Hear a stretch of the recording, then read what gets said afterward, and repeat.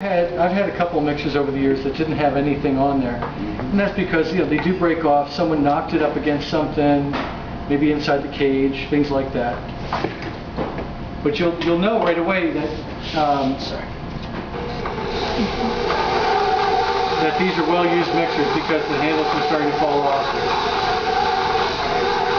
So what I'm looking for here is I'm looking to get my butter fully incorporated with that flour, and really, that means just going slow and just making sure you don't see any loose flour in the bottom. That's really all we're looking for.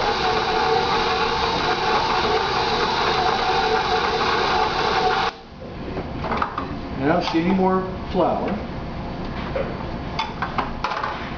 So let's get all that butter out. Let me throw this away before it gets in there.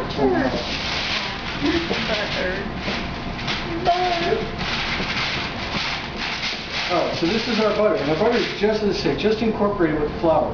That flour is going to make a huge difference in making your butter more extensible. Now, as you know, when you bend butter, it will break when it's really cold. This is really cold butter, but with this flour in it, you'll notice that when I pull it out of here, you'll see it's very pliable. And that makes a huge difference. We need the butter to be pliable. And we need it to be easy to work with. Grab me a white scraper. And the top drawer, I think it's, there we go. I'll go scrape.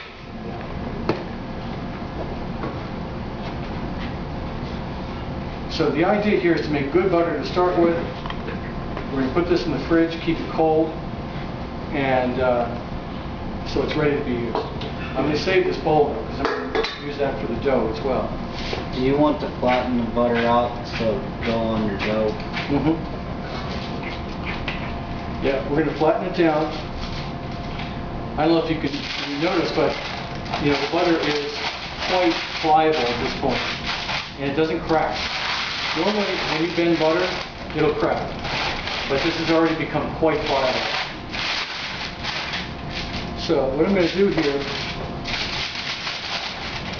I'm going to cover it up so I can roll it out a little bit. I want to roll it out to a fairly nice even rectangle. Like the guy mentioned in the video, if you keep it nice and square, the butter will be easier to work with and your product will actually rise better. Believe it or not, it will actually rise better if it's been kept square. Plus, the other consideration here is that when your butter is squared up nice and even, you're going to get more yield out of your puff pastry, because if it's square and you roll it out square, you're going to use every edge and every corner. You're not going to have a lot of waste tips on the ends. Waste just ends up being waste, right? We throw it away in the trash and we never use it for anything. In fact, when bakers would have, at least the legend is that if you went to Paris in old France back in the 1800s, the bakers would be making sort of puff pastry. They took the scraps and they would twist them and then bake them off. And they put a little bit of cinnamon sugar or something on them. And there were orphans in the street. And orphans would come by and beg at the back door of bakeries, and they would give them these little pieces of puff pastry. And, because basically they would have been trash anyway, they were just scrap. And apparently in the 19th century there were a lot of orphans running around Paris. I don't know for sure, but that's at least what I've been told. So that's how a lot of people ended up in the restaurant industry in Paris, because as orphans they would need something to do, and the restaurant owners would put them to work, and they would grow up in the restaurant, and before they knew it, they were so good at it that they would be given a permanent job. So I guess orphans were a much bigger deal back then, a lot more of them.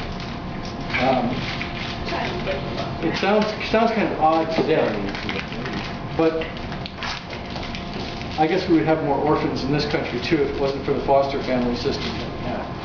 But this was a common thing apparently. So anyway, puff pastry has been popular for a long time. So what I'm doing here is I'm squaring this up. I just like to jump off on little stories about history occasionally. Yeah. Learn something new every day. History's fascinating. So you can see here, I've just kind of squared it up and just trying to make this nice and even. The idea being that when I go to put this inside my dough, I want the dough to be about twice the size of this butter. So about 2 times the size of this, which means as wide, if not a little wider. Probably want about an inch, inch and a half on each side. And then I want to be twice as long. So when I go, I'm not going to use the cloverleaf system he used, where he folds it over and folds it over. I'm going to be using one piece of dough, and I'm going to flip that over on top like an envelope and seal it around the edges. And then we're going to roll that out. So I need it to be nice and square. And this is leaking out one side here, but that's okay. It'll be just fine. And that'll stay in the fridge and in its pool. In the meantime, we're going to make some butter and make some dough. And the dough is going to be very similar to butter, except it's going to be the opposite. So mostly butter will be mostly flour. So let's put in our 2 pounds of flour.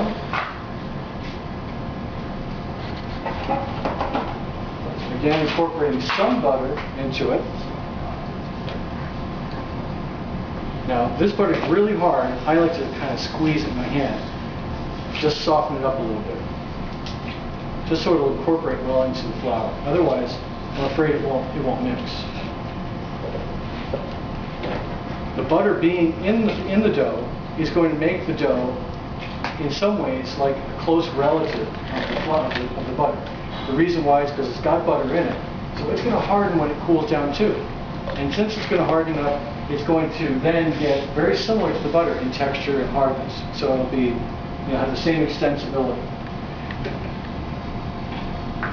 Also salt and sugar.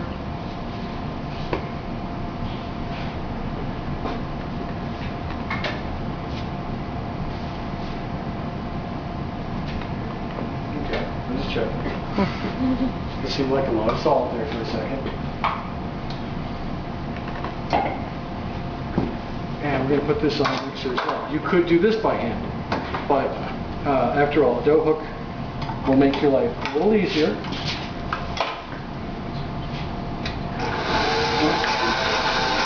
Then slowly, I'm not going to go too fast, because especially with a lot of dough in the mixer, if you go too fast, you'll burn out the motor. And we burned out a couple motors already, so I'm going to try to keep these motors intact. And a pound of water. How much is a pound of water? 16 ounces, right? A pint.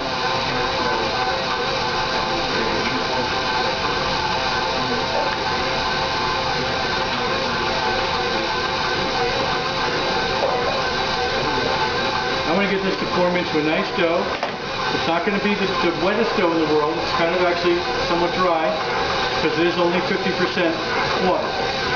So, with the butter, that'll help make things a little bit more moist, but still, it's probably no more moist than standard bread dough like baguette dough.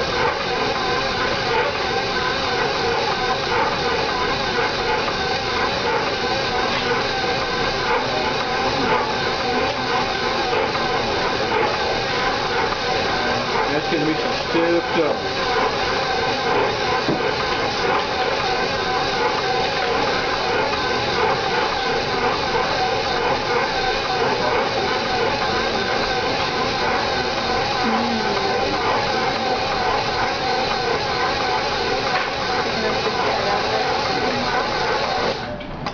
Alright, so it's kind of stiff.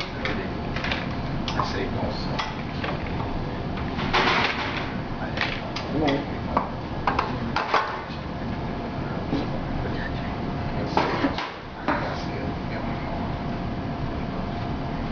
Let's see how it looks here. Still got quite a bit of flour stuck in here. I'm going to work it by hand a little bit while we, so you guys can see how the dough forms, because the dough is basically very similar to a lot of other bread dough.